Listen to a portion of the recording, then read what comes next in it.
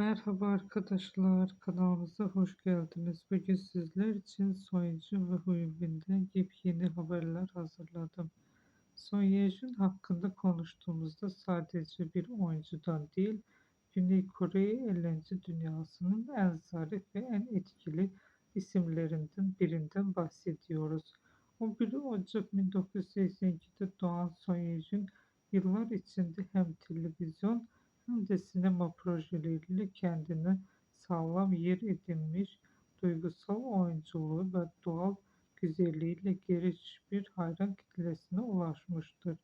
Kariyerine genç yaşta başlayan Soyuncu'nun ilk çıkışını romantik ve dramatik yapımlarla yaptı. Özellikle The Classic A Moment from Birth gibi filmlerde izleyicilerin kalbine dokundu.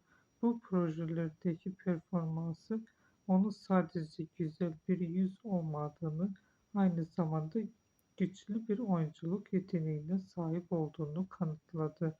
Daha sonra televizyon dünyasında büyük bir başarı yakaladı.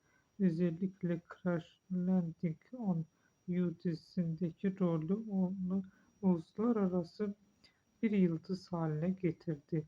Bu dizide canlandırdığı yoğun seri karakteri hem güçlü hem kırılgan yapısıyla izleyiciler tarafından çok sevildi. Dizinin başarısı sadece reytinglerle sınırlı kalmadı.